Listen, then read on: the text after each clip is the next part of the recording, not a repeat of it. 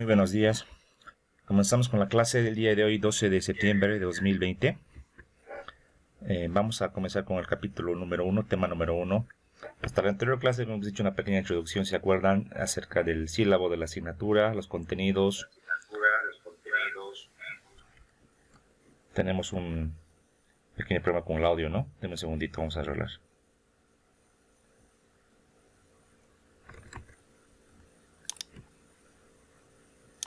Ya. A ver ahora.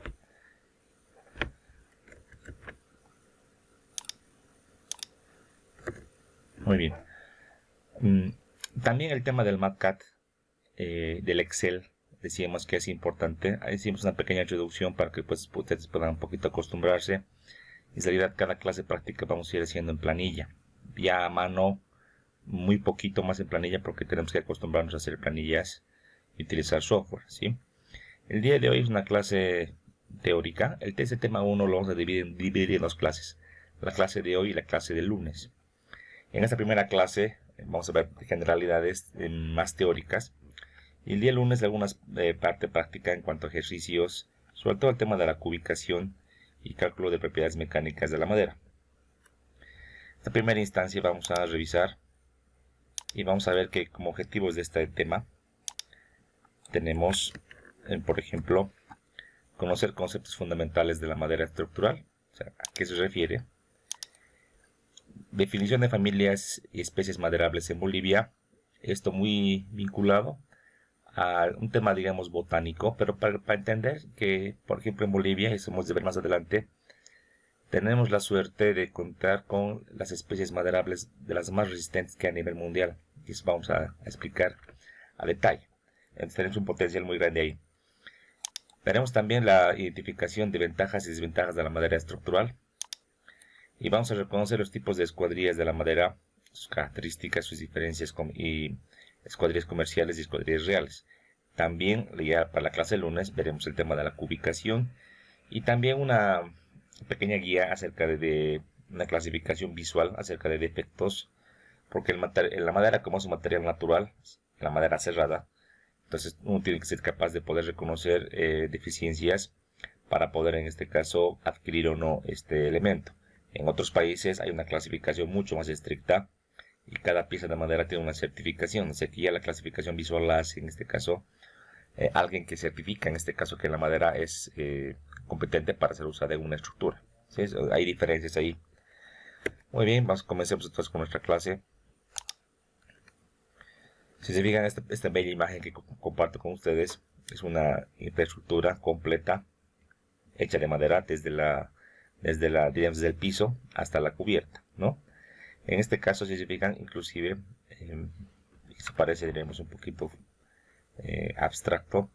Dentro de la estructura tenemos una piscina de dimensiones no más considerables, entonces fíjense que el uso de la madera como tal no se circunscribe solamente a estructuras muy pequeñitas o solo encofrados, también se puede utilizar para construir edificaciones ya de gran luz, inclusive edificios. Eso vamos a ver más adelante. Eso ya se hace a nivel internacional, solo que en Bolivia no utilizamos ese potencial que tenemos y prácticamente utilizamos secciones muy pequeñitas, secciones aserradas, y no optamos en este caso por desarrollar tecnología y por ejemplo utilizar madera laminada como está acá, y vamos a ver las diferencias.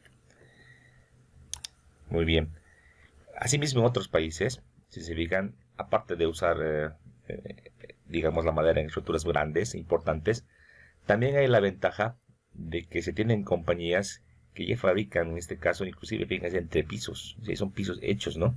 Entonces, toda esta compañía en este galpón, esta nave industrial, se dedica a fabricar pisos. Entonces, uno cuando requiere comprar un piso para una edificación, directamente ve el catálogo en función de las longitudes que tiene, encara aquí en la empresa, directamente ya tienen listo para llevar a la obra. La gran ventaja es en este caso el ahorro de tiempo. Se puede construir una edificación de madera muy rápido. Se toma en cuenta el tema de la prefabricación. También se puede prefabricar muros, o sea, con paneles. En este caso los entrepisos, que serían digamos, los equivalentes a las losas de hormigón, pero ya en este caso vigas y ya entablados. Y como también ya todo el tema de columnas, incluso las vigas ya de manera independiente, se puede llevar todo en uno y se puede ir armando de una manera muy violenta. Más adelante les voy a mostrar unas imágenes muy interesantes, ¿sí? Esto no se hace en Bolivia y es un potencial que tenemos, ¿no? Fíjense este entrepiso que les mostraba aquí atrás. Aquí se está montando ya directamente con una grúa. Se lo va a montar en una serie de pórticos ayostrados de madera y luego se lo va a asegurar. Aquí, si se fijan, una particularidad, que estas vigas tienen esta forma, ¿no? Tienen una forma de I, que es la forma más adecuada en este caso para resistir esfuerzos flexionantes, como ustedes han revisado en resistencia de materiales, ¿no? Esta forma es ideal. Obviamente sacar un corte de un tronco de esta forma es prácticamente imposible, o sea, no se puede hacer. Entonces, lo que se hace es ir sacando por pedazos y el alma, la parte del medio, se la puede trabajar con madera laminada. Entonces depender en este caso alturas variables a las que uno desea, ¿no? Entonces realmente la metodología y la tecnología va avanzando y cada elemento es igual, o sea, no hay diferencia. Si el alma fuese igual de una tronca, igual se puede hacer, podría haber diferencias, ¿no? En cuanto a las dimensiones, en cuanto a la calidad. Aquí todo es parejito porque tiene que quedar totalmente horizontal, ¿no? Entonces hay diferencias en el tema de control calidad, construcción. Fíjense, todo en un galpón industrial realmente es pues algo digno de destacar, ¿no? Y países como Chile, en Sudamérica, países como Brasil, Canadá, Estados Unidos, Alemania sobre todo, y Noruega y Australia son los países que más en este caso invierten en tecnología y en este caso para construcciones en madera, ¿sí? En Bolivia todavía estamos atrás y tenemos que ir sobre la marcha, y la madera que tenemos en Bolivia, repito, es de las más importantes a nivel mundial. De hecho, comparando con Chile, nuestras maderas son mucho más resistentes, se tiene mejor calidad. El tema es que no las sabemos trabajar o no le ponemos en este caso la importancia en cuanto a hacer normas, en cuanto a hacer en este caso emprendimientos para poder utilizar. Esa es la gran diferencia. Muy bien. Hablando como material de construcción, en este caso la madera es el material por excelencia. Se dice entre comillas que es el más noble porque se lo ha utilizado tanto en la industria de la construcción, en viviendas, incluso en la prehistoria, ¿no? Se lo ha utilizado ya para, en este caso, formar viviendas rústicas o casas, y ha servido pues para el cobijo de las personas. Entonces, además la madera, como es un material natural, tiene ciertas características de confort que la diferencian, digamos, o la separan en este caso de los materiales más manufacturados como el ladrillo, como el hormigón, y que lo hace especial, ¿no? Obviamente, como todo material de construcción, tiene ventajas y tiene desventajas comparativamente, si hablamos contra el hormigón, contra el acero, contra el ladrillo, que de una u otra manera hacen que sea más rentable o más, en este caso, recomendable para una aplicación que otra, ¿sí? Vamos a ver que en otros países las características de nobleza de la madera, sus ventajas, la hacen el material principal, ya que en otros países se utilizan mucho para la construcción de, sobre todo de viviendas. Y ya en nuestro medio, en Bolivia, todos conocemos, a ver, vayamos por Cochabamba, realmente es rara la casa que podemos ver que es hecha de madera, ¿no? A más que la cubierta o el techo, es realmente la mayoría de las viviendas estándar son con ladrillo y con hormigón, ¿no? Entonces ahí hay diferencias y tenemos que un poquito preguntarse el por qué, ¿no? Y el por qué ahorita lo vamos a ver. Una ventaja de la madera es que es un recurso renovable. O sea que la madera, lo que se puede hacer es manejar bosques sustentables.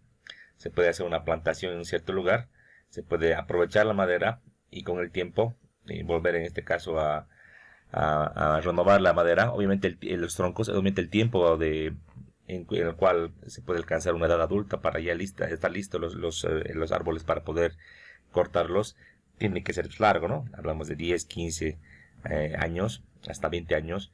Pero si se hace una planificación en un sector grande, se puede ir haciendo un trabajo, si se quiere, de uso y renovación, que en el tiempo puede ser sustentable.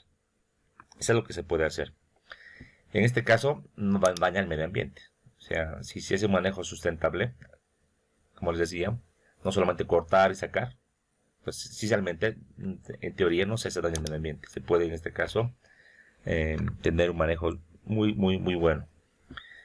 Actualmente en las ciudades de nuestro país hay cierto rechazo, ¿no?, en cuanto al uso de la madera. Eso lo podemos ver. No vemos mucho el uso de la madera más que en ciertos lugares especiales, ¿no? Siendo el más habitual el hormigón y el acero. Y obviamente el ladrillo y todos los materiales de construcción que vienen de ellos.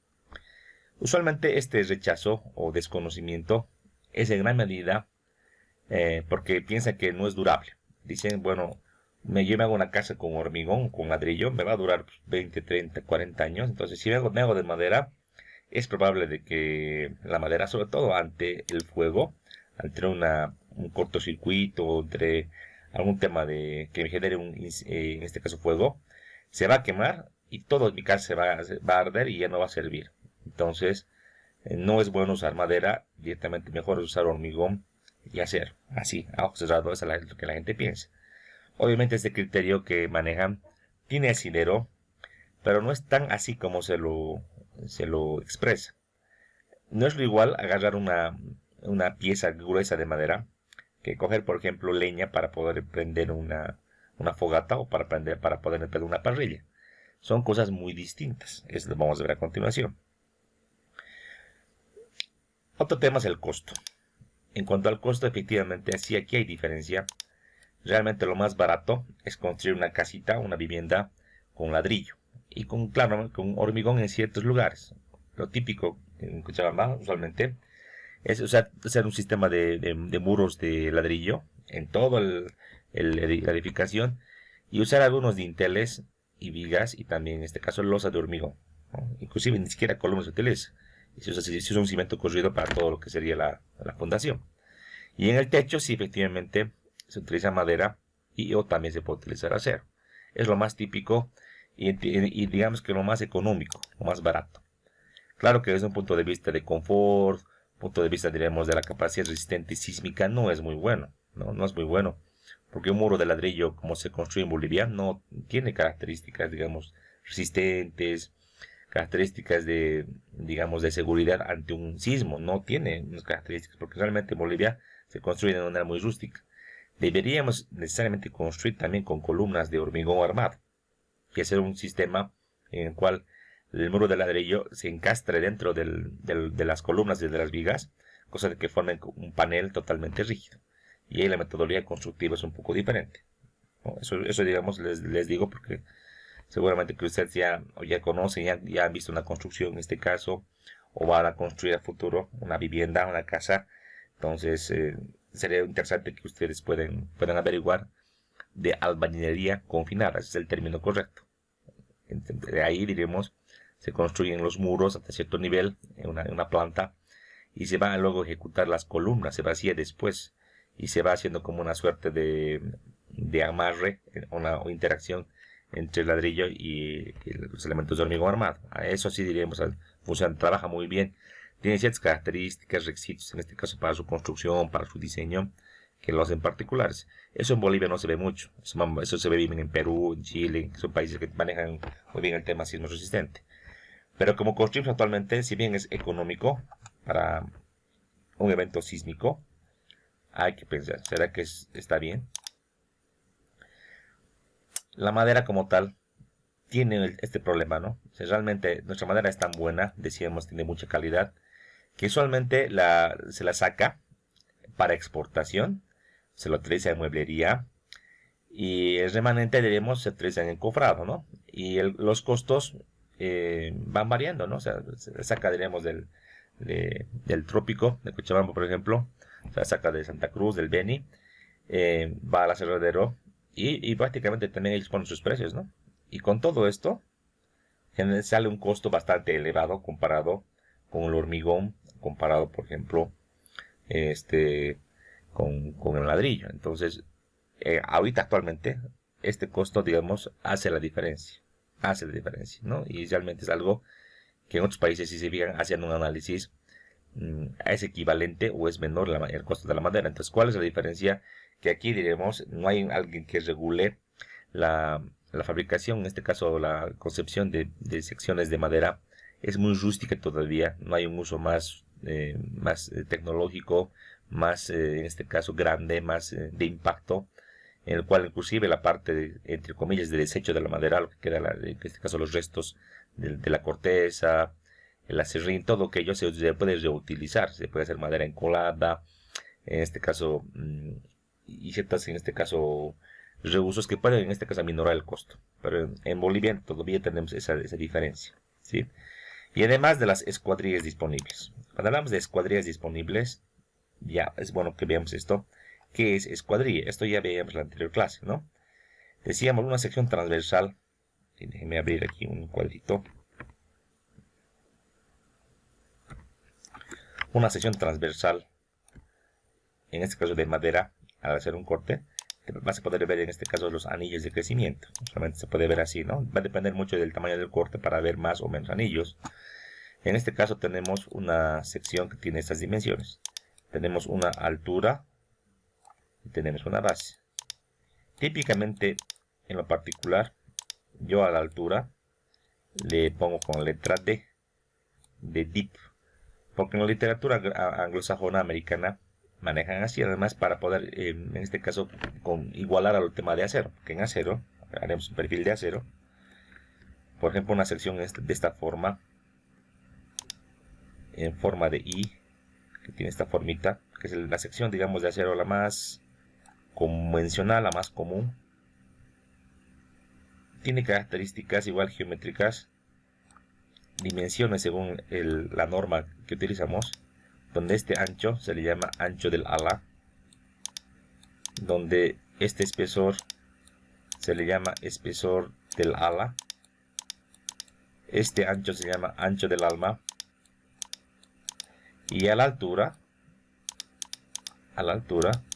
se le llama, como les decía, según la letra D, de deep, es la altura. Entonces, por ese motivo, yo para que no nos confundamos después en acero, preferiblemente yo le pongo la letra D, que si tú manejas hacha no hay problema.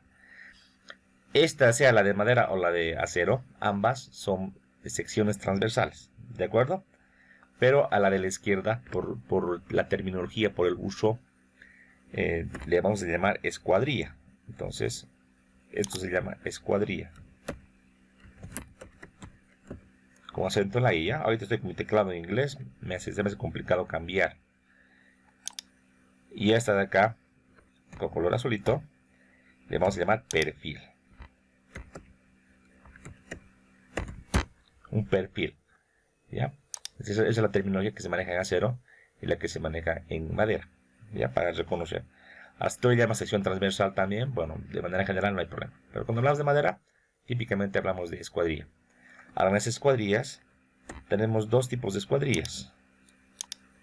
Uno le vamos a llamar la escuadrilla comercial y otra la escuadrilla real. Decíamos ahí en el texto que uno de los problemas era la disponibilidad de escuadrillas, o sea que las dimensiones B por D realmente tienen una limitación importante. Yo no puedo conseguir, por ejemplo, una escuadrilla de 1 metro, digamos, quiero que sea de 1 metro por 30 centímetros o por 40, no voy a poder conseguir, porque es un material natural, esta madera cerrada que se saca de troncos. Entonces, de un tronco típicamente, que ustedes vean por la ciudad o por Blanco Galindo, por el carretera se acaba, llegan camiones con troncas bastante grandes, ¿no? Entonces una chata de un camión y ves unas troncas terriblemente grandes, y en algunos casos las troncas están alrededor de unos 50 hasta 2 metros, ¿no? Se puede ver a veces, ¿no? Es realmente impresionante. Pero en estos casos no toda la sección, en este caso del tronco, es útil. Gran parte se desperdicia porque no es madera estructural como tal. La parte, digamos, del núcleo, la parte central, es la que nos va a servir. Y de la parte nuclear se sacan unos cortes y no se puede sacar todo entero, ¿no? O sea, todo un rectángulo de 1 metro no se puede sacar. Típicamente esa limitante en troncas grandes, como esas son las típicas más pequeñas que vienen ya en troncas, digamos, de medio metro, en ese orden. Lo que hace es que tenemos escuadrillas típicamente que ya se han vuelto comerciales, o sea que ya se ha estandarizado y en la norma nos dan ya valores, un cuadrito con valores estándar, ya típicos. Los comerciales solamente son ya típicos, están en unidades inglesas. Típicamente, por ejemplo, decir la sección 2x2. Si es 2x2, hablamos de 2 pulgadas por 2 pulgadas. O 2x6, 2x6 pulgadas. Y eso típicamente se maneja así. Históricamente se maneja así. Es como los pernos, ¿no? Pernos de media pulgada, pernos de 3/4. Sí, típicamente se quedó así, digamos. También se puede conseguir en milímetros en el tema de los pernos. En el tema de las secciones comerciales, se puede igual encargar, ¿no? Con una dimensión así métrica, en milímetro o en centímetro, pero es difícil, ¿no? O sea, esto digamos es algo estándar. Pero estas dimensiones comerciales hemos de revisar que tienen una diferencia con las dimensiones reales. O sea, las comerciales es las con las que yo voy a comprar. Y las reales, pondremos acá, son de cálculo. O sea, con las que yo voy a calcular. Si yo quiero encontrar el área de la sección 2x2 en pulgadas, no voy a convertir eso a centímetros. Porque la sección transversal, típicamente, a mí me la venden nominalmente con un 2x2, pero realmente me tienen que vender cepillando las caras de la madera, o sea, con caras acabadas o con caras cepilladas. Y hay un rebaje que se hace de manera estándar y por tal motivo las dimensiones reales son menores que las comerciales. Eso vamos a ver a continuación. Espero que haya quedado claro el tema de las escuadrillas y los perfiles, ¿no? Sí, por favor, esto es algo muy importante. Alguna vez he visto escuadrilla, le he puesto, no, nada que ver, escuadrilla, por favor. Ya está, entonces vayámonos a revisar. En este caso voy a abrir la norma, ¿sí? La norma de acero para poder, en este caso, chequear. O les pediría sus videitos si lo pueden dar de baja, por favor, porque en la grabación luego de Zoom nos queda un problema, hay un espacio ocupado por el video, no nos sirve. Aquí tenemos el manualcito que también está en el sistema, ¿no? La norma. Esta norma es antigüita, es del año 84. Vamos a revisar acá. Y es el manual de diseño para maneras del Grupo Andino. Aquí dice, editado por la Junta del Acuerdo de Cartagena. Cartagena, Colombia, por si acaso. Y aquí habla de un proyecto PAT-REFORT. Aquí dice que PAT-REFORT es Proyectos Andinos del Desarrollo Tecnológico en el Área de Recursos Forestales Tropicales. Entonces, eso es PAT-REFORT. Entonces, cuando hablamos de este manual del Grupo Andino, tenemos que pensar que es un grupo de países que comparten las condiciones, en este caso, de ser parte de la zona andina del continente. ¿Por qué se ha hecho un grupo, se ha hecho una junta para clasificar, es un manual en este caso de diseño? Porque se han dado cuenta que las maderas de la zona andina son realmente similares. ¿Qué países componen el grupo andino? Pues Bolivia, Colombia, Ecuador, Venezuela y Perú. Son los países que componen el grupo andino. Si se dan cuenta, cuando hablamos del término andino, uno puede pensar que es la zona, diremos, del altiplano. Efectivamente no. Se hablan de los bosques andinos, que tienen ciertas características. Entonces, los bosques tropicales de Bolivia, Colombia, Ecuador, Venezuela y Perú, realmente tienen ciertas coincidencias y las especies que se encuentran ahí, naturales, son muy similares, con ciertas variaciones, ¿no? Aquí ahorita vamos a revisar. Pues dicho esto, vámonos a la norma. Aquí tenemos el índice. Bueno, y el índice de la norma de este manualcito va haciendo diferencias en cuanto a sus contenidos. La sección 1 habla de la madera. En este caso, capítulo 1, características de la madera. Toda una parte teórica muy bonita que hay que leerla, que es explicativa. Un capítulo número 2 que habla de lo que es la conversión, el secado y protección. Capítulo número 3 acerca de la madera como material de construcción. Aquí ya nos dan secciones y escuadrillas, si se fijan. Escuadrillas y secciones preferenciados, PAT-REFORT, ¿no? Ahí habla de las dimensiones también. Luego habla de la madera, en este caso, su clasificación de uso no estructural y estructural. Luego habla del planeamiento. Bueno, y luego entramos a la sección número 2 de la norma. Aquí habla ya de la construcción de la madera. Y en esta sección 2 ya nos da pues prácticamente tipologías para poder construir desde una cimentación hasta la cubierta para vivienda sobre todo. nos da tipologías y recomendaciones. Fíjense aquí para edificaciones, desde los cimientos, entrepisos, muros, techos, carpintería, instalaciones y particularidades, ¿no? Son más para el tema constructivo, pero es muy bueno que lo podamos revisar. Y además, de hecho, que para los planos, cuando hagamos proyecto, va a servir de mucho. Capítulo 5, tenemos detalles constructivos. Aquí es igual muy importante. Para hacer un plano, cuando hagas el diseño, te va a servir de mucho. Cómo tienes que presentar, qué tipo de detalles, las uniones, los encuentros, las juntas, los nudos, todo aquí va a servir. Es muy, muy importante. Luego tenemos la parte, el capítulo 6, perdón, que se habla de la protección. Pues en este caso, en este capítulo, te da indicaciones acerca de cómo proteger la madera. Es verdad que la madera es un material noble, que tiene características buenas, pero tiene un talón de Aquiles, que vamos a ver más adelante, pero aquí lo podemos un poquito anticipar, que es pues, que es acero natural, se ve atacada por agentes, en este caso, externos. Por ejemplo, el tema de la humedad, el tema de los hongos, el tema de insectos, es algo que es realmente crítico. Y por tal motivo, la madera debe ser protegida para tal asunto. Y eso vamos a ver más adelante.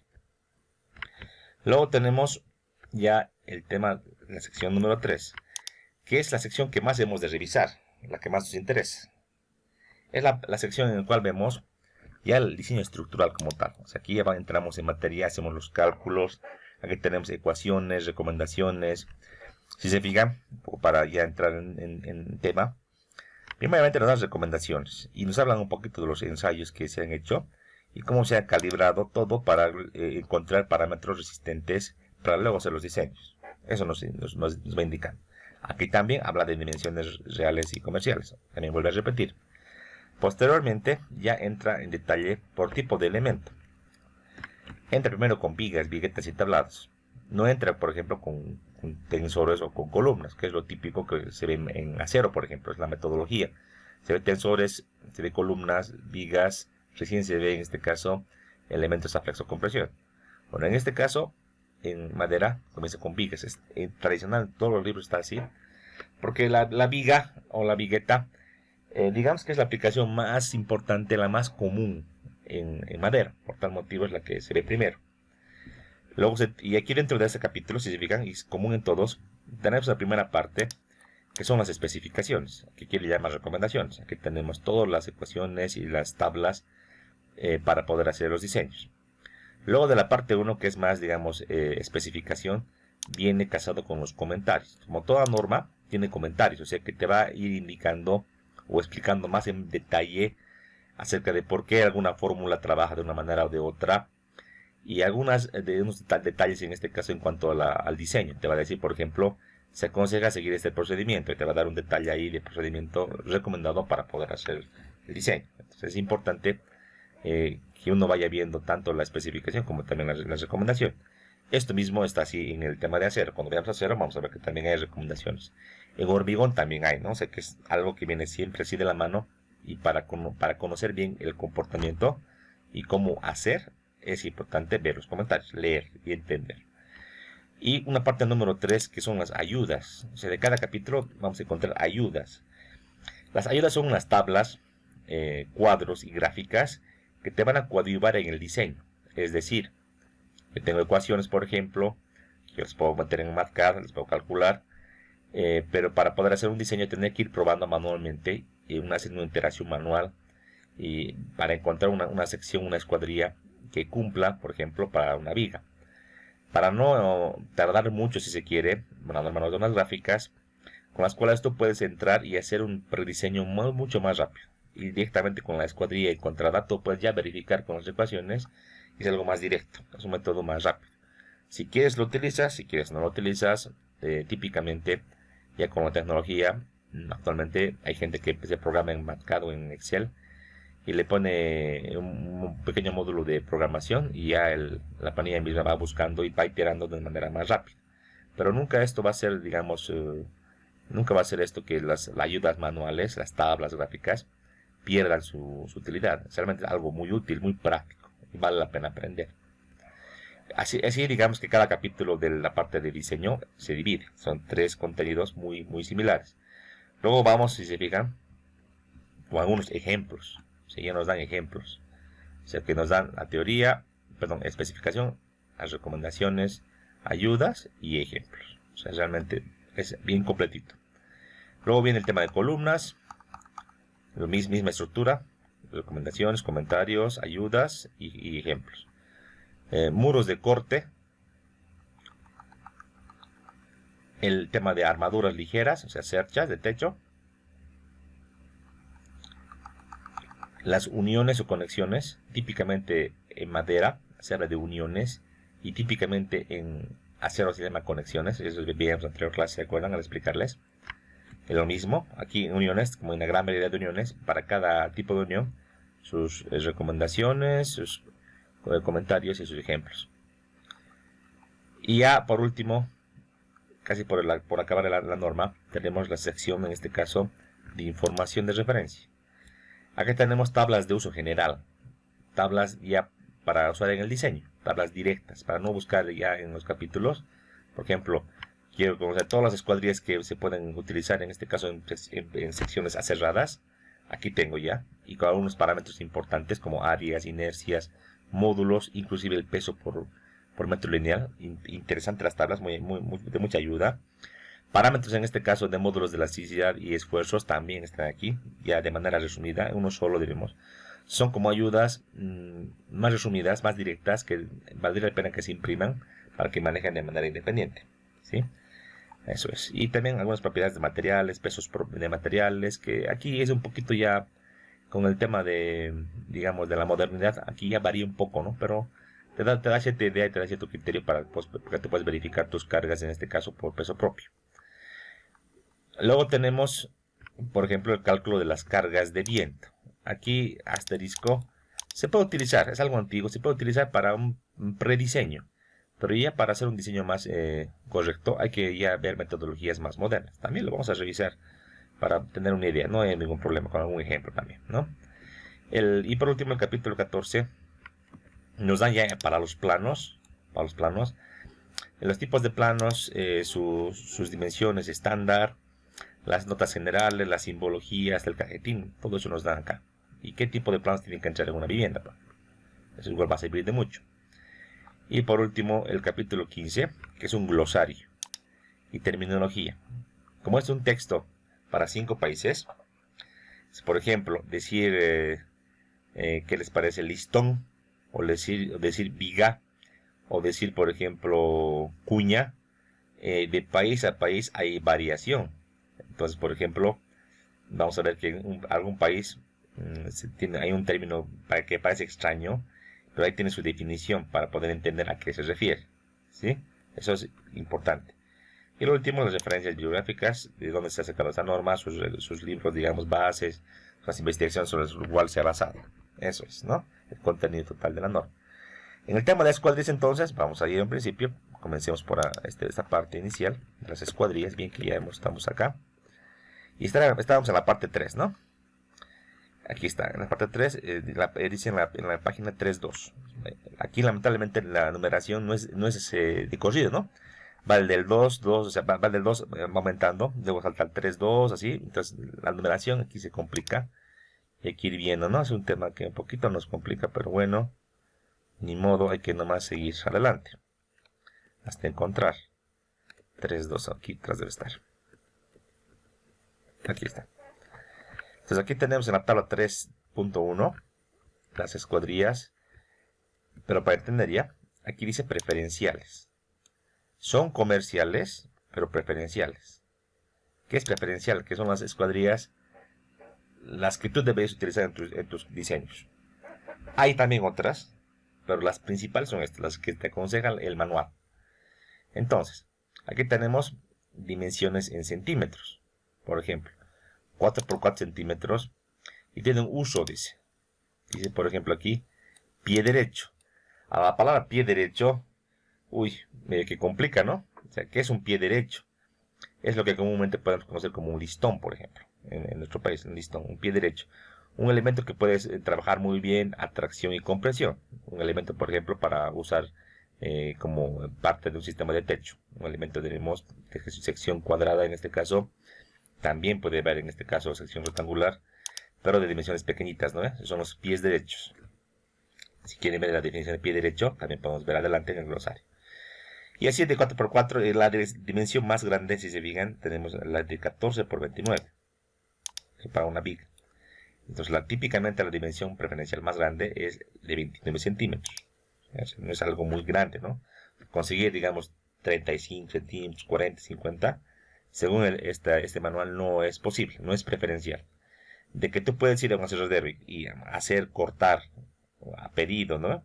Una sección de hasta unos 35, 40, en alguna vez 50 centímetros he visto, de sección, en este caso original, sección cerrada, que se puede encargar de una tronca bastante grande, se puede, pero son secciones que no son, digamos, preferenciales y por tanto su costo también es mucho más caro, ¿no? O sea, ahí ya como es a pedido, ahí no te van a cobrar algo que es preferencial, te van a cobrar algo que es mucho más a pedido y es mucho más costoso.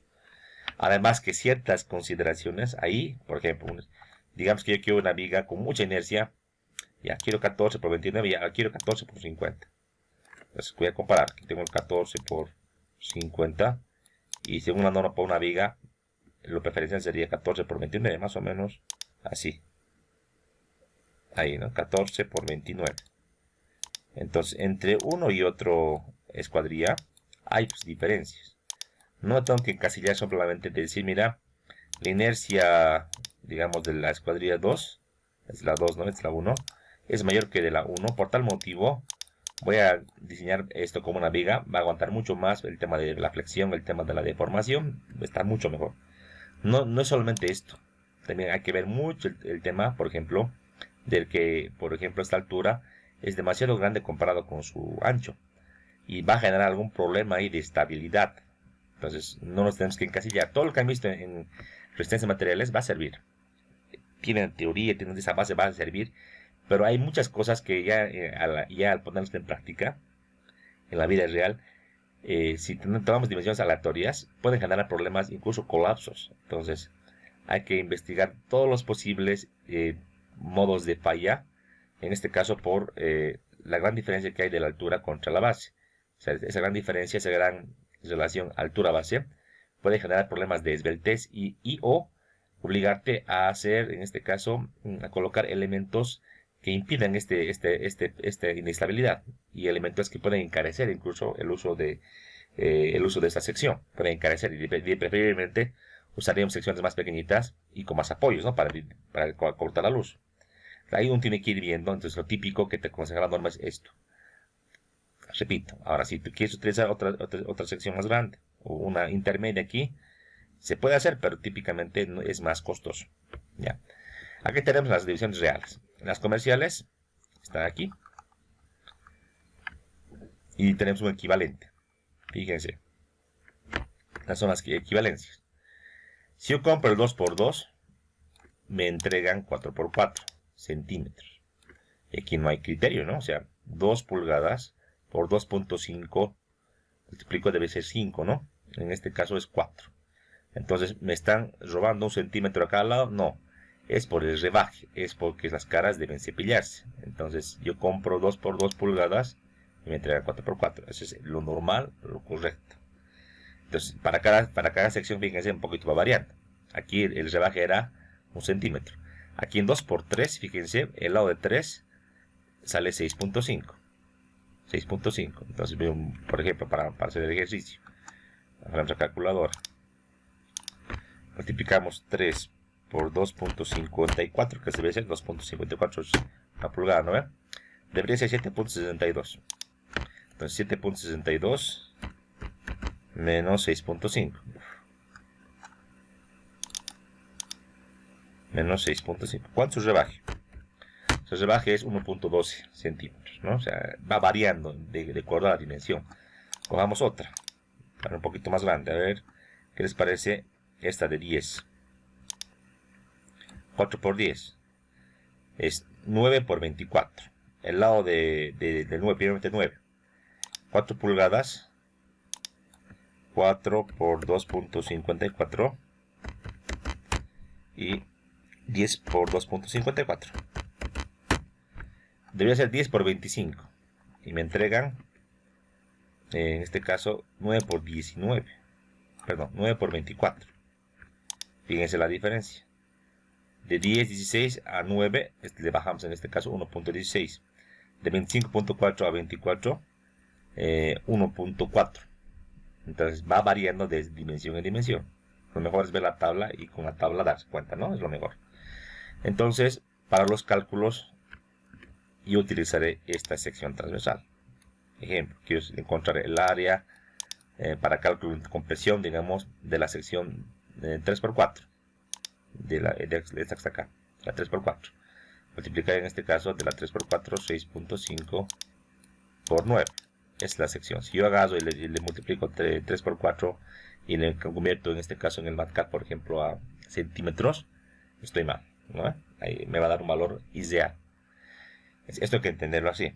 Si quieren, también pueden manejar esto en milímetros. En un libro que les di en la plataforma, en el libro de la plaza, maneja en milímetros, porque quiere un poquito cambiar este sistema al sistema ya más moderno, al SI. Porque en el SI las dimensiones de la sección están en milímetros, ¿verdad? También lo pueden hacer así. Yo de preferencia manejo centímetros, porque en el cálculo, por ejemplo, de las inercias y módulos, al manejar en milímetros, serán números muy grandes, o sea, muy inmanejables, ¿no? Yo prefiero utilizar centímetros, creo que es la dimensión más adecuada, pero con el MATLAB no hay mucho problema, ¿no? Te lo convierte automáticamente, entonces no hay ningún problema de calcular de uno, si quieres de metros también, no hay problema. ¿Sí? Esto se tiene que entender. Ahora, estas secciones son las únicas, las preferenciales. No, hay también algunas intermedias. Vamos a ver, ¿dónde puedo encontrar esto? Aquí al final, en la tabla del capítulo 13. La 13.1, aquí estamos. Ahí está. Tablas capítulo 13, uso general. Comenzamos con la 13.1. En la 13.1 tenemos todo, desde las secciones o escuadrillas más chiquititas, que van a ser para las tablas o entablados, hasta la más grande, que en este caso es la que vimos, que era la de 14 por 29, que está aquí. Entonces, en esta tabla general, si se fijan, aunque aquí por el tema del escaneo tal vez un poco nos confunde, eso está con negrita, este va a estar con negrita, estos. Los demás están sin negrita. Los que tienen negrita son las secciones preferenciales que veíamos en el capítulo 3. Y las que no tienen negrita son secciones que sí pueden haber, pero no son preferenciales, no son las que te recomienda la norma. Entonces, tú tienes digamos, en este caso, la libertad de utilizar en un diseño cualquier sección. Aquí hay más cantidad, ¿no? Ahora, ventajas de esta tabla. Por ejemplo, si yo uso la sección 14 por 14, me voy a fijar en esta fila, ¿ya? Ahí me voy a fijar. Entonces yo tengo la sección, en este caso, su equivalente comercial. Tengo el área. Si bien tú me dirás, bueno, 14 por 14 multiplico, sale esto, bueno, es rápido, pero igual tienes ya esta ventaja para poder ver. Tienes las inercias en el eje X, en el eje Y.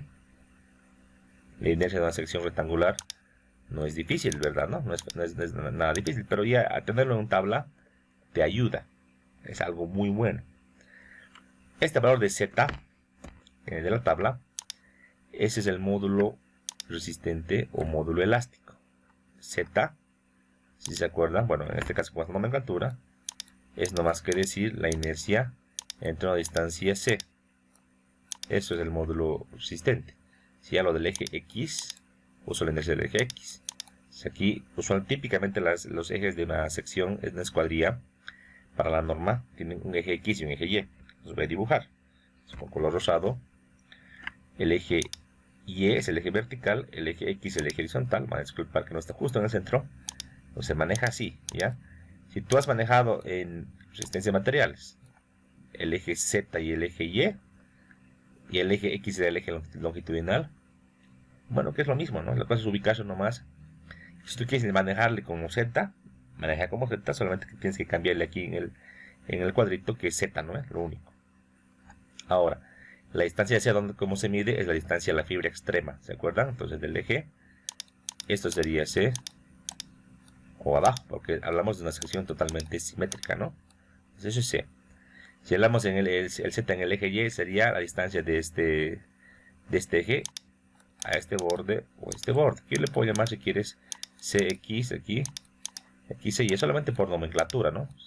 por nomenclatura le ponemos eso. Entonces, aquí tenemos Cx. Ya está. Igual este módulo elástico, muy fácil que lo podemos encontrar. Pero ya tenemos en tabla, también puede servir. Algo más y más provechoso, con color verde. Aquí tenemos los metros cúbicos de madera por metro. A ver, ¿cuántos metros cúbicos de madera van a entrar por metro lineal de esta escuadrilla? Aquí tiene un asterisco. Vayamos a ver qué dice acá el asterisco. Dice, calculado con las dimensiones comerciales, donde un metro cúbico equivale a 423.78 pies cuadrados, o pies tablares. De eso vamos a hablar más adelante. Claro, esto te va a servir para hacer un cubicaje, para saber cuántos metros cúbicos de madera, obviamente, sección comercial te está entrando. ¿Por qué comercial? Porque tú te compras pues con la dimensión comercial. O sea, para saber el tema de costo, te va a servir. Ahora, la madera típicamente se comercializa no por metro cúbico, se comercializa por pies cuadrados o pies tablares.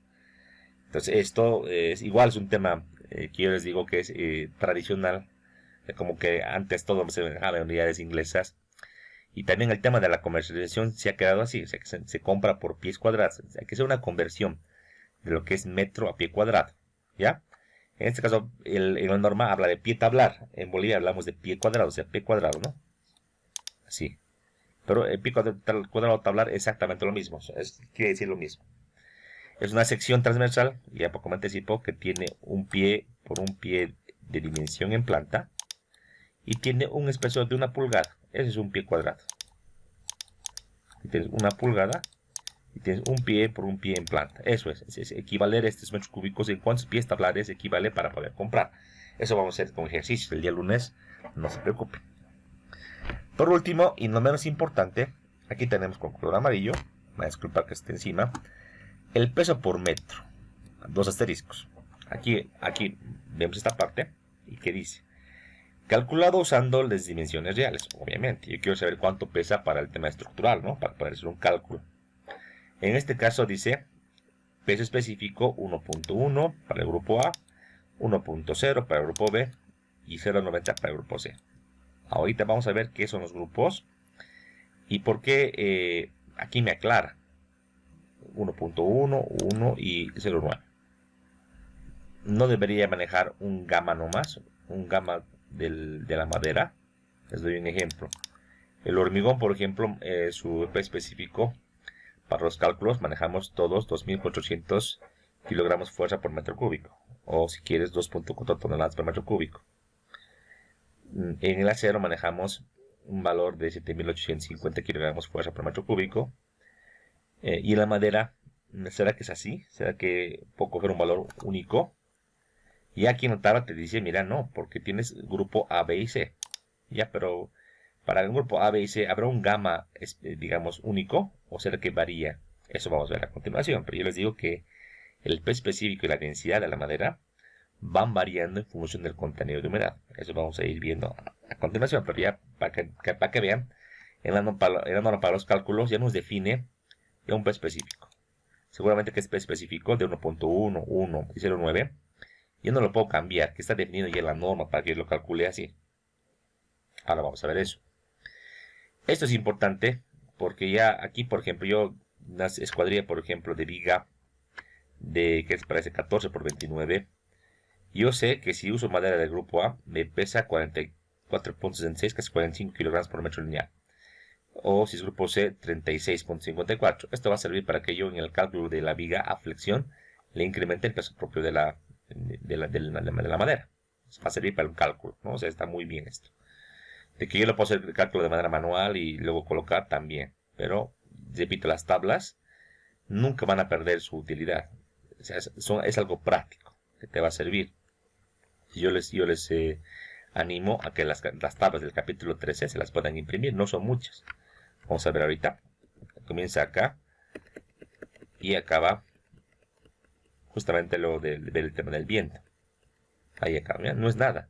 1, 2, 3, 4, 5, 6, 7, 8, 9, 10, 11, 12, 13, 14, 15. Son 15 hojitas.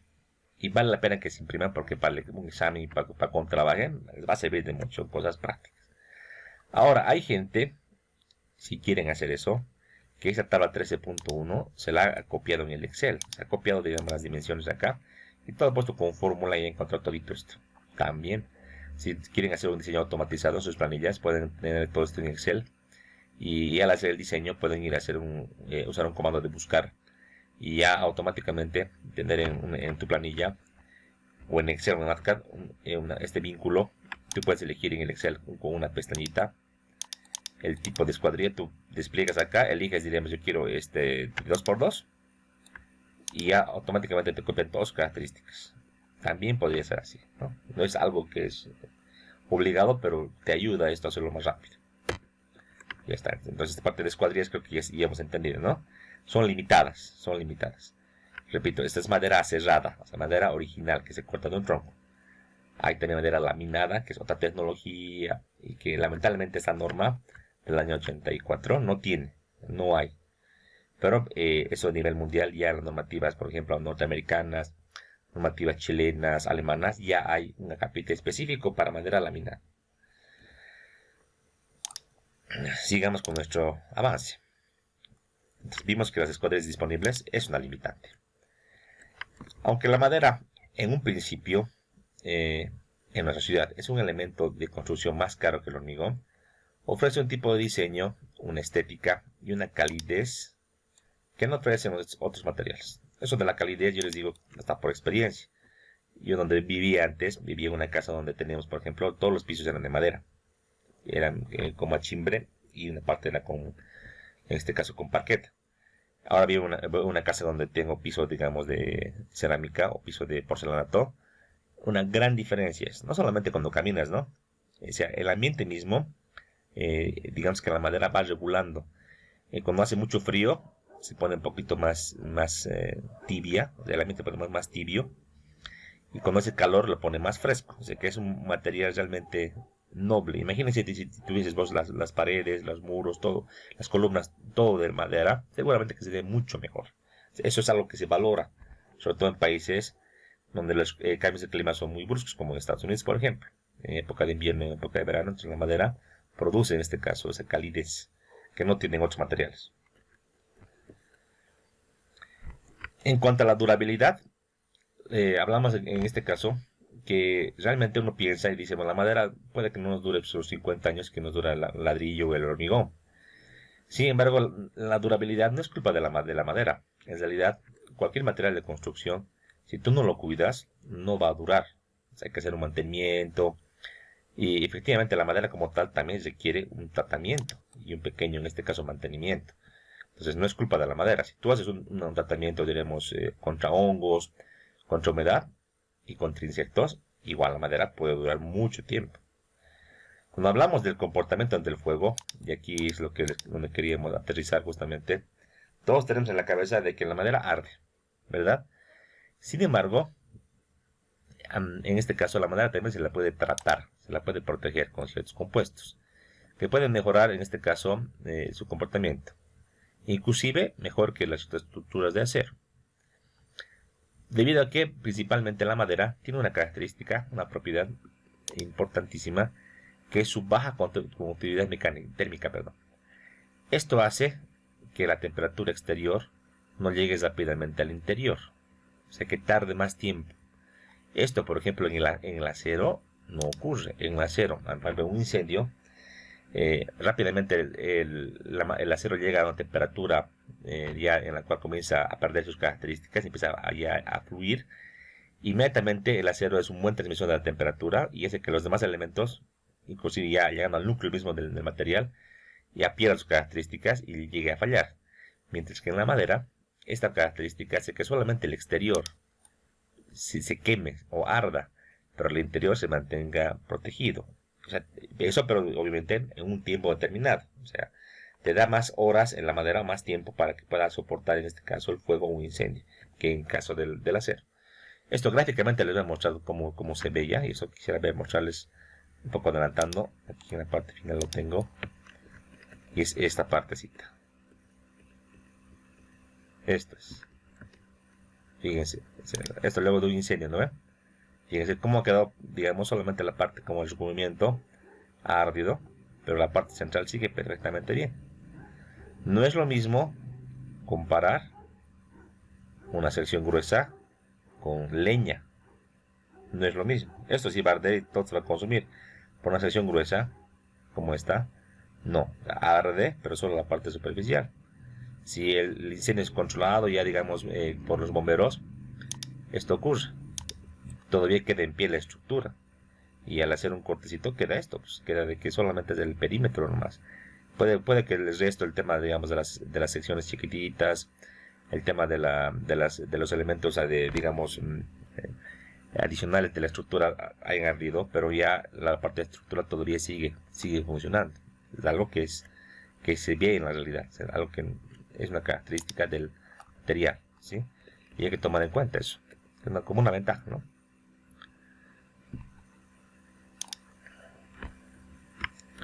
Lo que les mostraba en la fotografía anterior se llama carbonización superficial.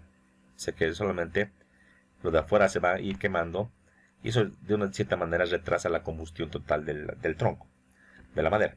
Sin embargo, la madera dice es un material combustible, es verdad, a temperaturas relativamente bajas. Eso también hay que reconocer. Este fenómeno es evidente para cualquier persona, pero crea una desconfianza, pues, ¿no? Realmente uno piensa, no, la madera puede arder y mejor que no, porque voy a poner en sí una inversión, ¿no? Pero realmente, aparte de tomar en cuenta este efecto de la carbonización y de las bajas temperaturas en la cual arde la madera, hay que hacer notar que las causas de los incendios no es la madera. Las causas son, pues en este caso usualmente, los elementos adicionales, por ejemplo, el carácter decorativo, como las lámparas, candelabros, mobiliario, instalaciones mal hechas, ¿no? Eléctricas.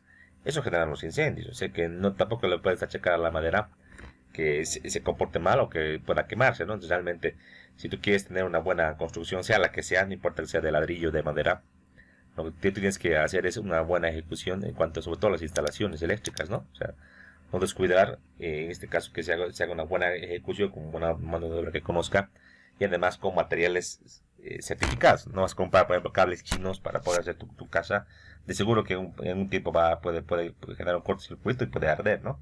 Entonces, ese tipo de criterios primarían sobre lo que piensa uno de que la madera puede arder, ¿no? Entonces, realmente es una injusticia que uno piense que la madera es un material que no sirve para construir, que es combustible, que es muy riesgoso. Efectivamente, tiene ciertas características ventajosas y desventajosas, pero realmente el origen de un incendio en una casa no es pues la madera como tal, son los elementos adicionales, sobre todo el tema de instalaciones. Eso sí hay que tomar muy en cuenta. Bueno, pues cuando hablamos ahora de la madera como tal, hay que hablar como el tema ya de la estructura. Bueno, la madera como tal tiene unas fibras, células largas que se llaman en este caso fibras. Las fibras crecen de manera longitudinal al tronco. Entonces, tiene un pequeño esquemita. Te cuento con mi mouse para disculpar si es que no dibujo muy bien.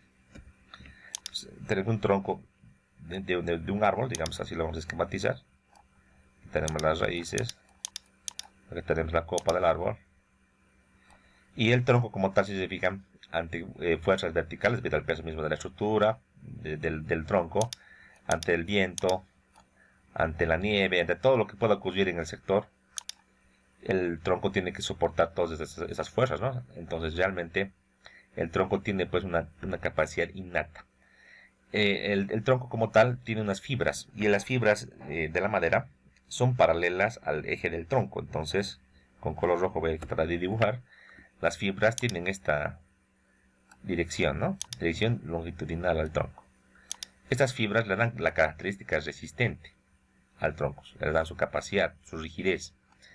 En este caso, entre fibra y fibra, hay como un elemento que une a las fibras, que es otro compuesto químico en este caso. Ese como pegamento que une las fibras, igual le otorga ciertas características resistentes, pero lo fundamental son las fibras. Eso hay que pensar muy bien. En el acero, por ejemplo, es muy diferente, igual en el hormigón. Pero en el material que es natural, como la madera, que tiene fibras, tú tienes que pensar que el comportamiento en el sentido, diremos, longitudinal a las fibras es uno, y el comportamiento, por ejemplo, estructural transversal a las fibras es otro.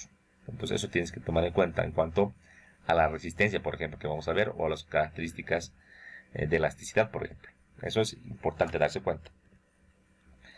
Bueno, en este caso, estas células, llamadas fibras, tienen una forma tubular hueca, cuya longitud sigue la dirección longitudinal del tronco.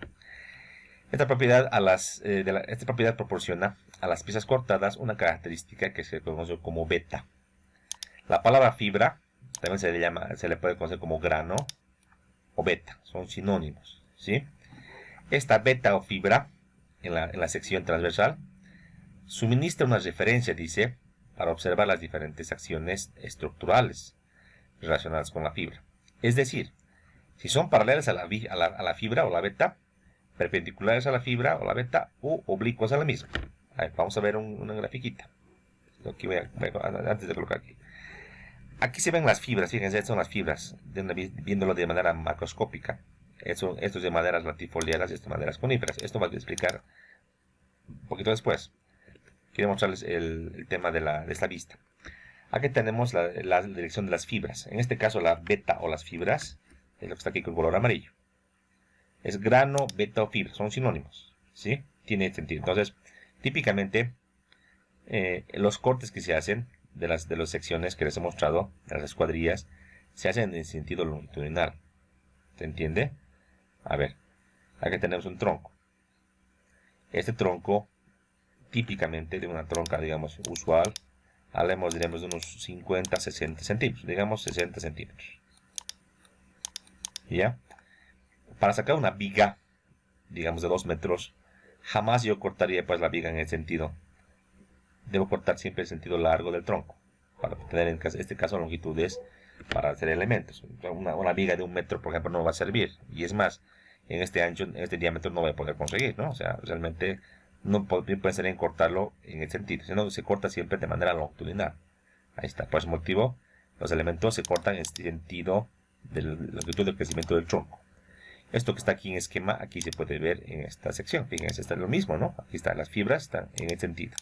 Esas son las fibras, sentido longitudinal. Ahora, como tenemos aquí anillos de crecimiento, en todo tronco hay anillos de crecimiento. El árbol crece de dentro hacia afuera, se forman unos anillos.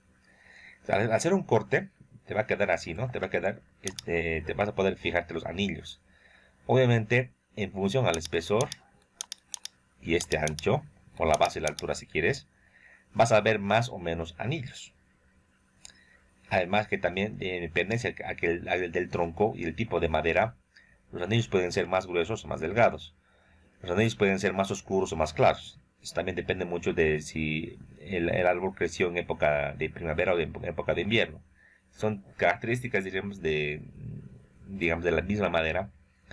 Pero lo útil para nosotros es, y lo importante es saber reconocer que si la pieza que compramos no tiene esta dirección, si al cortar se han equivocado y le han dado, diremos, una dirección así oblicua, con un ángulo, diremos, no sé, pues de unos 15 grados, 10 grados, no va a aguantar o no va a resistir igual que si lo cortan paralelo a la fibra. Eso hay que tomar en cuenta. Típicamente la madera aguanta más o soporta más siempre paralelo a la fibra. Si lo cortaron oblicuo, la resistencia va a caer.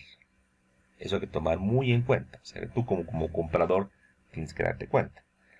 Ahora, el tema del color de la madera, el tema de las fibras, que les decía, el tema de los anillos, va más servir para que tú se conozcas y digas, mira, por el aspecto, por el tipo de fibra, por los anillos y por el tema, diríamos, de jaspeado que aquí puedes identificar, esta sección de madera es una madera almendrillo, o es verdolago, o es ocho, o es palomaría. O sea, depende mucho al aspecto de la madera. Te tienes que dar cuenta de qué madera es. Obviamente, otro factor importante también es el peso. Por ejemplo, la madera más densa que tenemos en nuestro país es la madera almendrillo. Y les digo pero para madera de construcción en estructuras, ¿no? Obviamente, si me dicen ustedes que la madera mara es la más densa, efectivamente sí. Yo tengo, por ejemplo, un mueble, mi casa, una mesa antigua de tener unos 30 años, que le he heredado, y es de madera mara, original. Esa mesa, cuando la tengo que mover a algún lugar, me cuesta, tengo que pedir ayuda a 2 personas, porque es sumamente pesada. Esa madera es una madera preciosa. que no se utiliza para estructuras, de que se podría utilizar efectivamente que sí, pero debido en este caso, requerimiento, a su precio, se lo usa para mueblería o para adornos, ¿no? Pero es como eso, ¿no? Si voy a utilizar una madera de almendrillo, y yo sé que es la madera más pesada, al aspecto me da que es almendrillo, parece almendrillo, y si la levante es muy liviana, ligera, ya me daré cuenta pues de que esto puede que no sea almendrillo y tener que ver y reclasificar o pensar que me están engañando. Y viceversa, ¿no?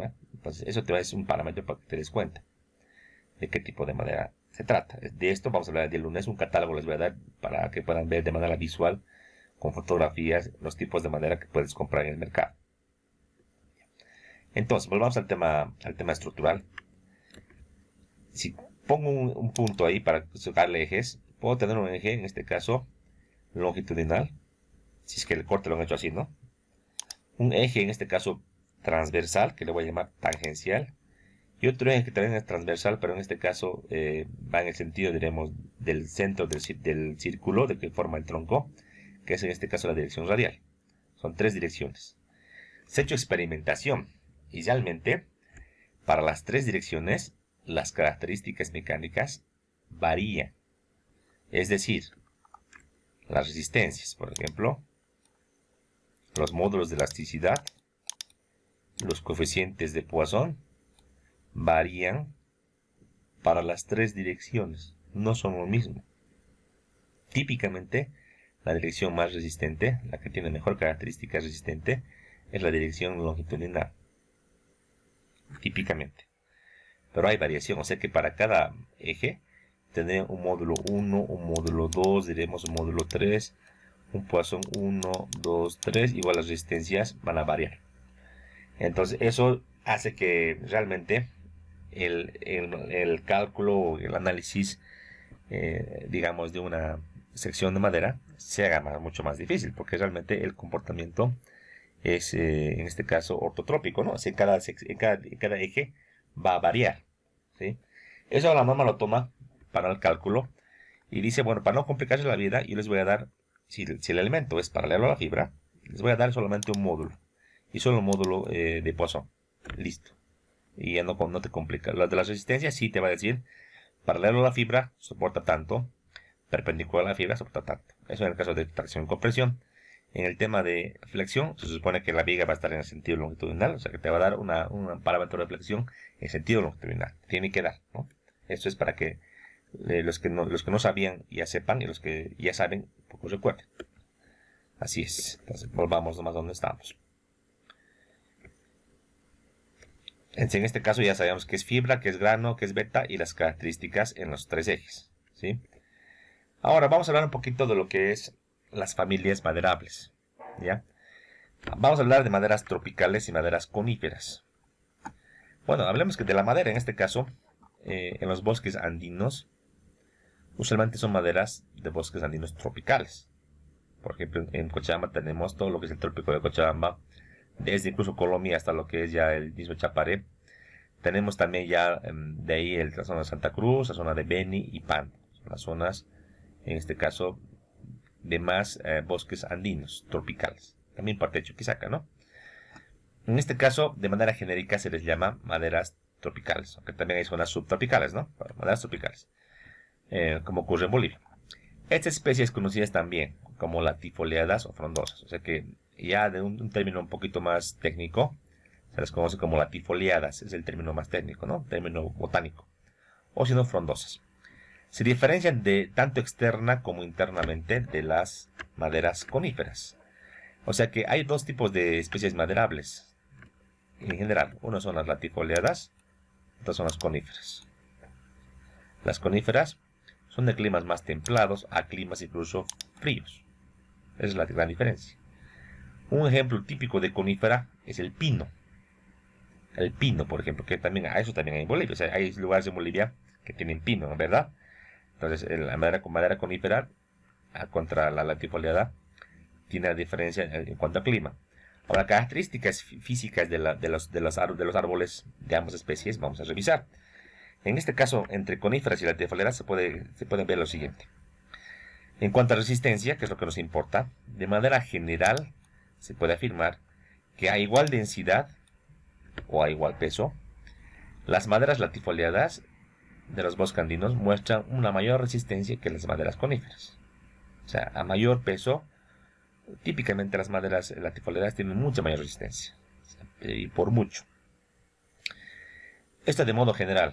Algunas especies particulares de coníferas se pueden equiparar a algunas maderas latifoliadas. Por ejemplo, en Estados Unidos hay una madera que se conoce como abeto, el abeto Douglas. Esa madera es altamente resistente, una madera muy utilizada. Entonces, sí, digamos, esa madera es especial y se puede ciertamente equiparar o equilibrar a las maderas latifoliadas. Pero típicamente unas maderas, las que en Bolivia son las latifoliadas, son las que más aguantan.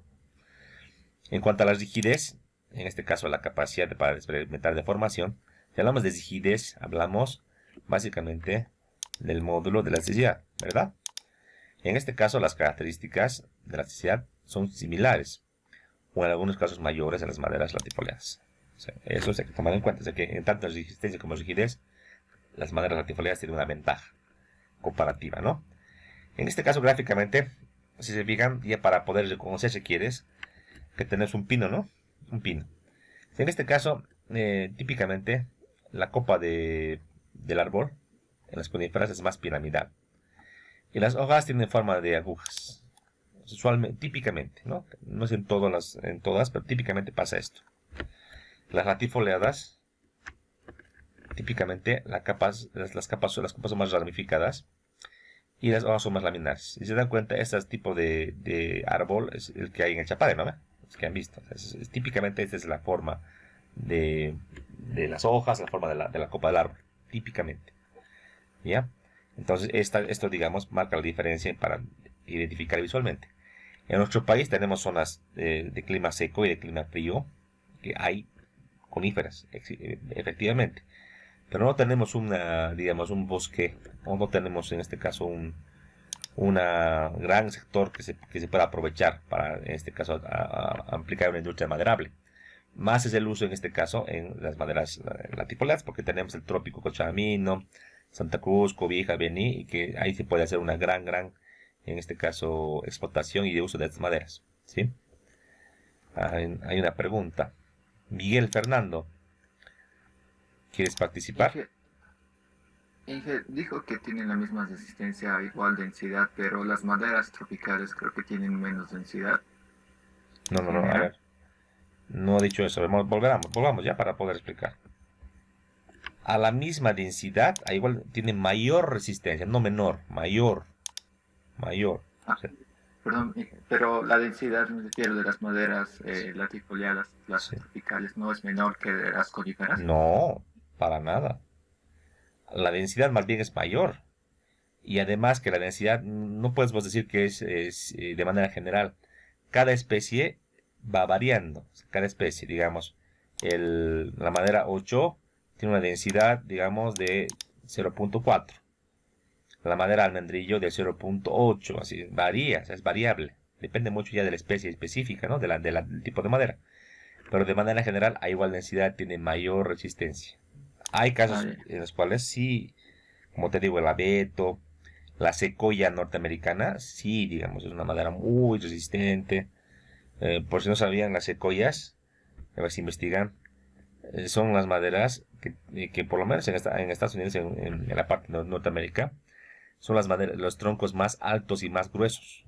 Ha encontrado en bosques de Norteamérica, en la zona norte, ha encontrado árboles de cientos de metros de altura y con diámetros de 2, 3, 4 metros. O sea, es impresionante, ¿no? Son bosques vírgenes, ¿no? Que igual con el tiempo los van talando, pero tienen esa característica. O sea, muy particular, ¿no? Muy particular, pero ya digamos, de manera general, las maderas, en este caso tropicales, son más resistentes. Eso hay que tomar en cuenta. Para un poquito identificar, ya en el tema diríamos con ser conífero o latifoliado, veamos ya la parte estructural, ¿no? Hasta aquí una vista, un cortecito. Aquí tenemos conífero, es el tronco conífero que tenemos el latifoliado. Entonces, eso que les decía en cuanto al tema de la densidad, el tema de la resistencia o de la rigidez, aquí se puede explicar.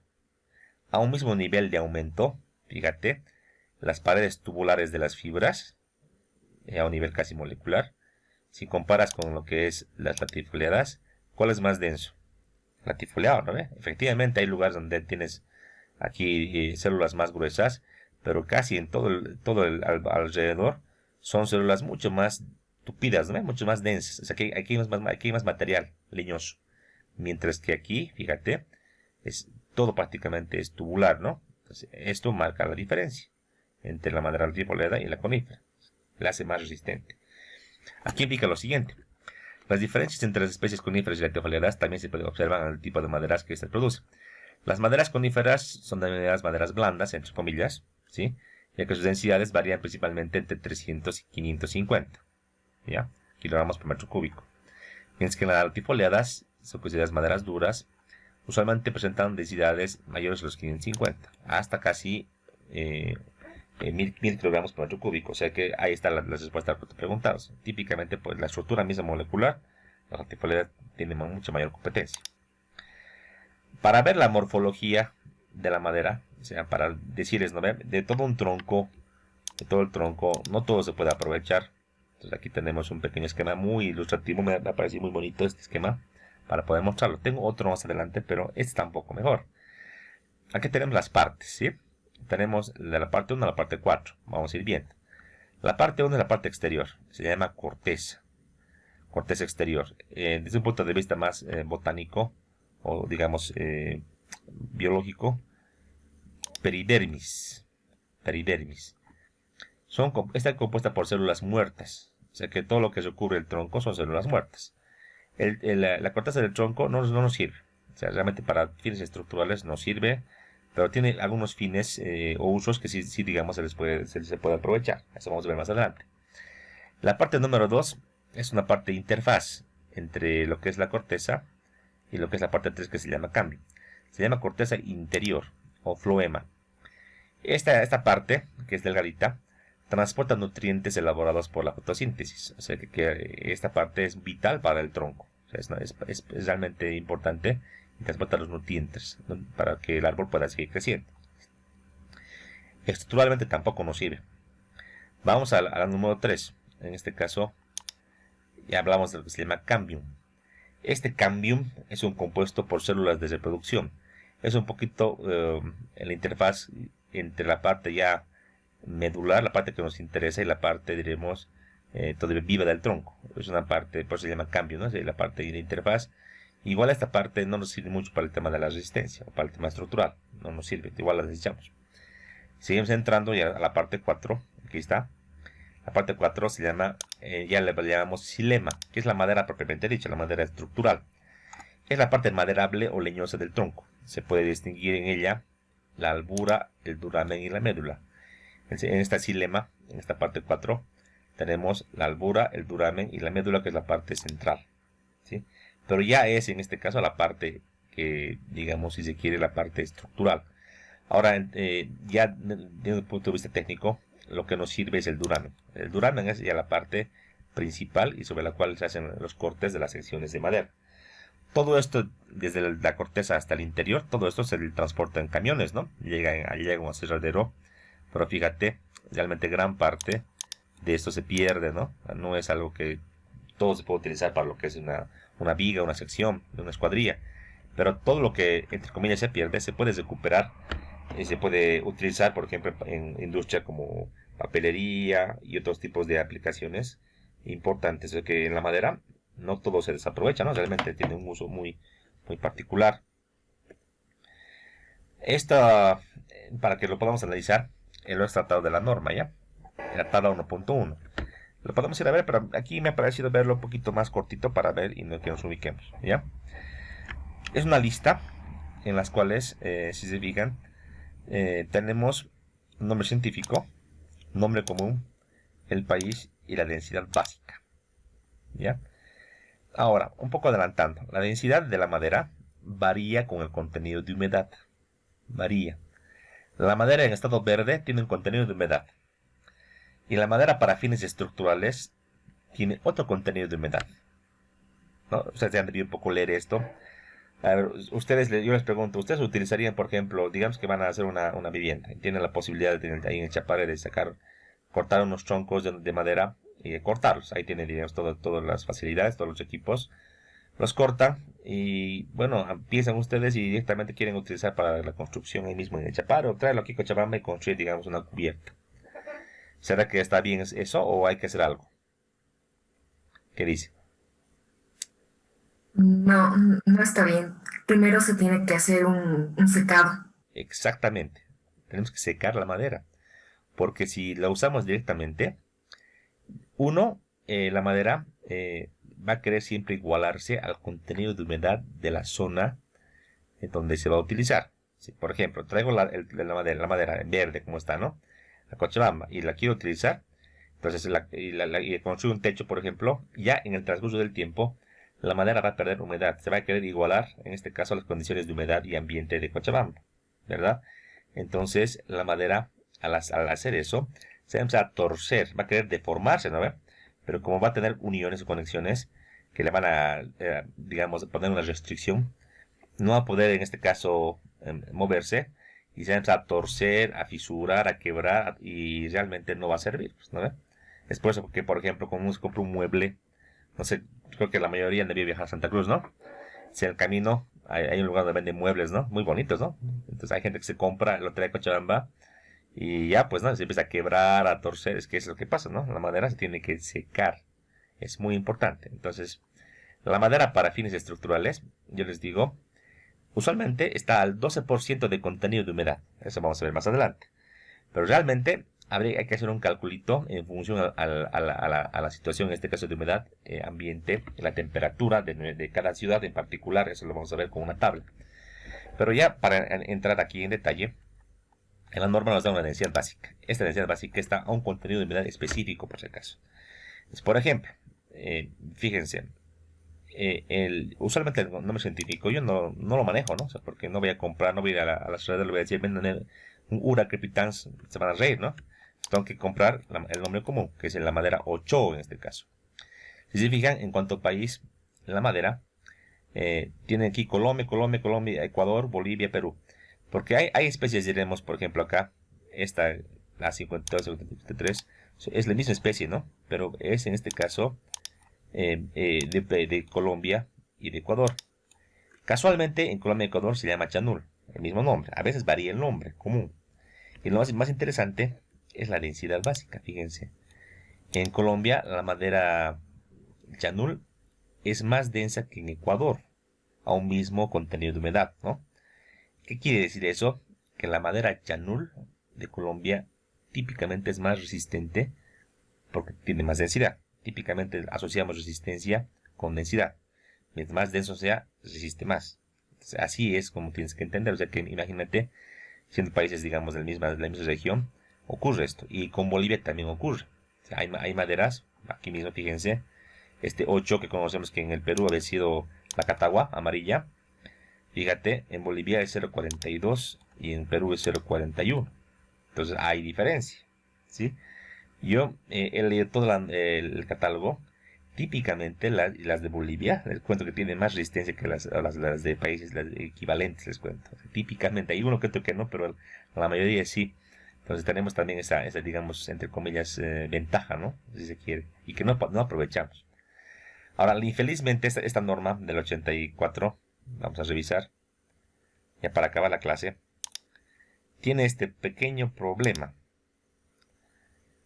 Si leen la norma, en cuanto a la parte de la sección, quisiera que lo lean esta partecita, por favor, de la parte 1, indica de que por tema presupuestario, o sea, no podía hacer tantas pruebas y ensayos. O sea, han ido a hacer una investigación en los bosques, Pasrefort, y no han hecho pues todo. O sea, han agarrado y han hecho unas cuantas pruebas. Saben que hay muchas especies maderables y no han hecho todo, ¿ya? Aquí en la tabla, esta 1.1, tienes del 1 hasta el 104. Pero si clasificas solo de Bolivia, son unas cuantas nomás que hay, no hay muchas. Entonces hay muchas especies de madera boliviana que no han sido experimentadas, no han sido ensayadas, entonces que han quedado ahí pendientes. Entonces eso es un trabajo que nos tocaría hacer, ¿no? Hacer ensayos, tenemos un laboratorio en la universidad, entonces podemos hacer investigación, ¿sí? Pero esa es una desventaja de la norma. Por temas, dice, presupuestarios y de tiempo no han podido hacer. Eso hay que tomarlo muy en cuenta. Ahora, si se fijan, por ejemplo, vamos a querer comparar, pues esta madera de 0.62 con esta, por ejemplo, o con esta. Digamos que de 0.62 a 0.55, diremos, estos dos. No varía mucho. Este coquino contra el palo María no varía mucho.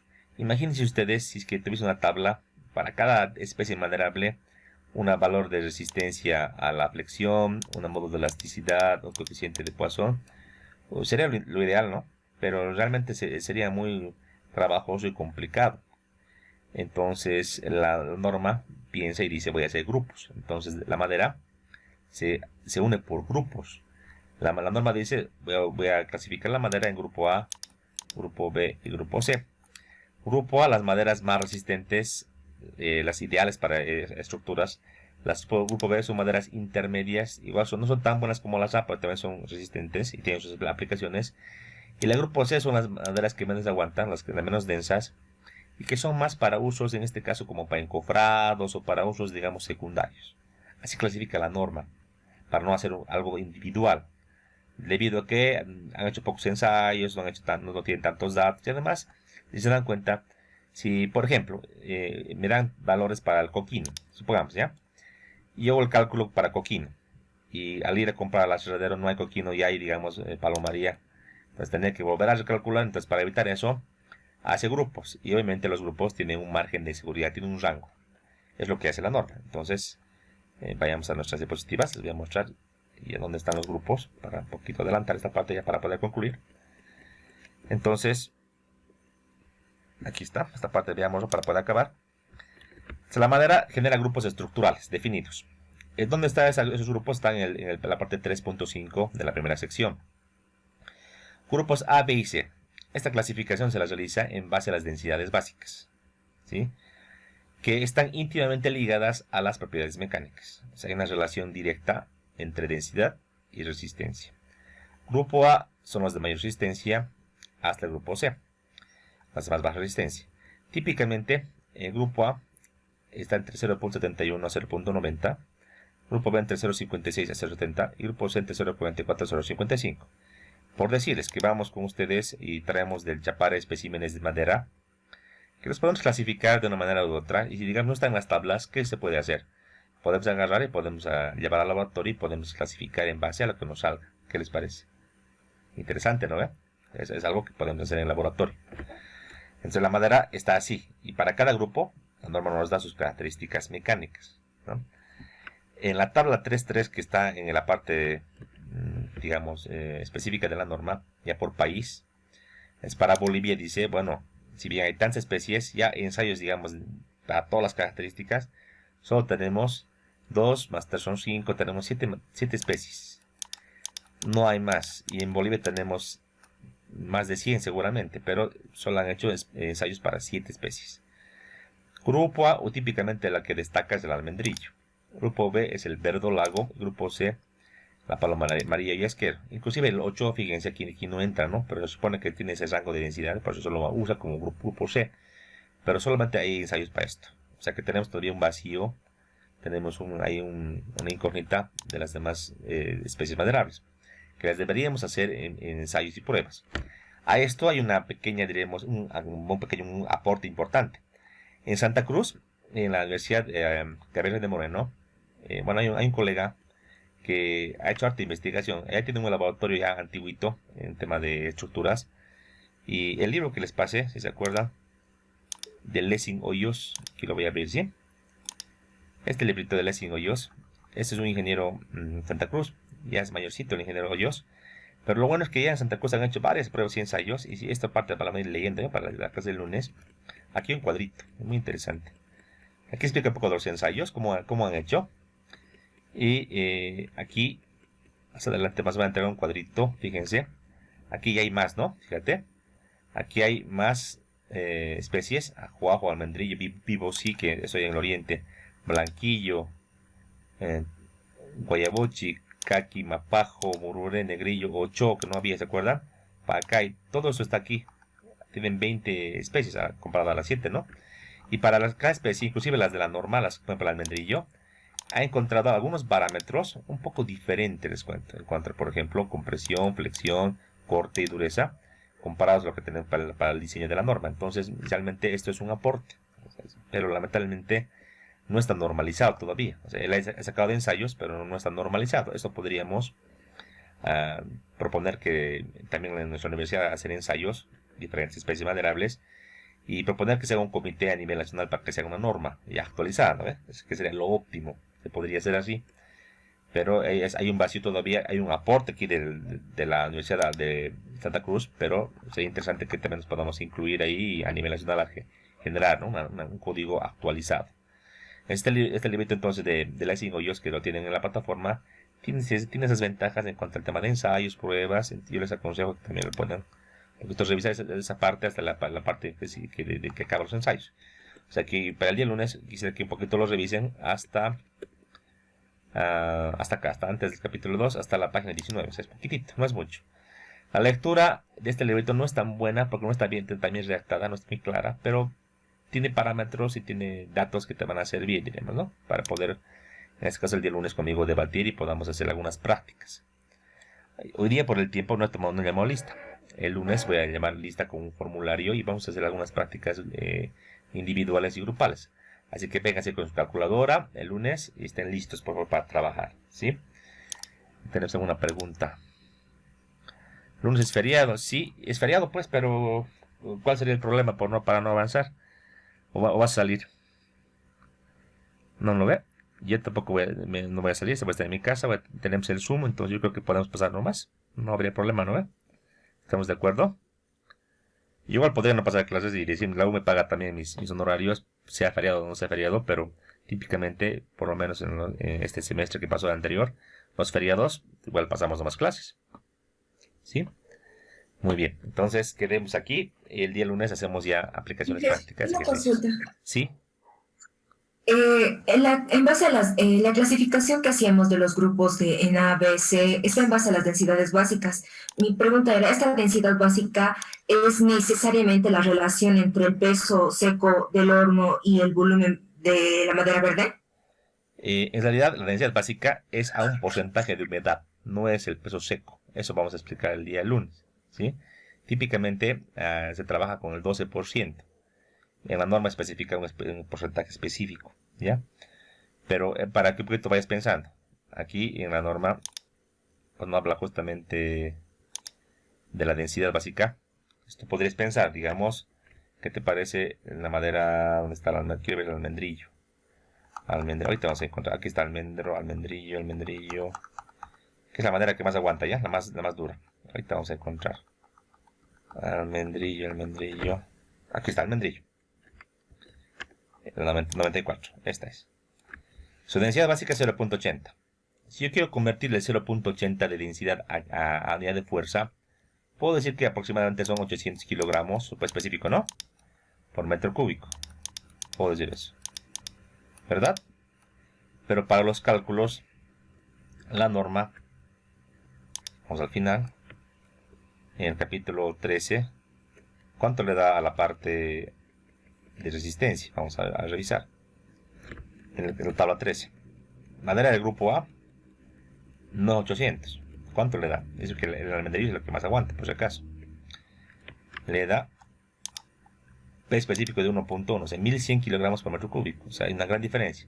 Eso se debe al contenido de humedad. Un poquito para que el lunes, digamos, vayamos pensando. Aquí hay un cuadrito. Muy interesante. Típicamente la humedad de construcción, de equilibrio, es el 12%. Típicamente. En lugares, en este caso, con calefacción, 9%. Y en lugares abiertos hay que ver una tabla. Aquí una tablita muy interesante que me he copiado de una norma chilena, pero tiene esa referencia. Fíjate, aquí tienes temperatura. Son curvas de humedad, ¿ya? Tienes aquí temperatura del medio ambiente. Esto te voy a sacar de Senami, un promedio para Cochabamba. Y aquí en la parte inferior, la humedad relativa del ambiente, también de Cochabamba. Tengo humedad y tengo temperatura ambiental promedio. Suponer, digamos, una humedad del, no sé, pues del 40%, del 50%, supongamos. Y tenemos una temperatura ambiental en grados Celsius, diremos, típicamente de unos 22 grados, 20 grados ponte, que es lo típico digamos de Cochabamba. Entonces más o menos diríamos con esta curva. La curva nos indica, si voy bajando, una curva del 9%. Y debería yo construir con el 9% mi madera. O sea, debería secarla al 9%. Entonces esto depende del lugar a lugar. En Santa Cruz es diferente, en La Paz es diferente, ¿no? Va a ir variando en más o en menos medida. Típicamente, a menor contenido de humedad, mayor resistencia. Típicamente. Y eso también sería un ensayito. Que tengo un ensayito donde podemos ver esa parte. ¿Dónde está? Aquí. Aquí hay un ensayito. Se llama módulo de ruptura. Es un ensayo que se hace a flexión para saber cuánto soporta un elemento de madera en flexión hasta su falla. Aquí tenemos la densidad versus el módulo de ruptura. La densidad aquí va variando en función a la variación de la densidad. Si la madera es seca o es verde, en este caso, o sea, madera sacada del tronco como tal, o madera seca, fíjate la diferencia. Ponte para una densidad, digamos, de 0.6, la resistencia aquí sería algo de 560 contra 840, es una gran diferencia. Típicamente madera verde está al 30%. Madera de construcción seca típicamente al 12%, típicamente, ¿ya? Pero eso lo vamos a ver, esta es una fuente chilena, vamos a ver el día lunes de lo que especifica textualmente nuestra norma, ¿sí? Pero hay esa variación. Estamos sobre la hora. Entre el lunes, por favor, hágame el favor de madrugar y estar en clases, ¿sí? Por favor. Ya, el lunes no voy a llamar lista, pero voy a hacer ejercicios, así que si no vienen el lunes, se van a perder, pues, en este caso de parte de nuestro avance, ¿sí?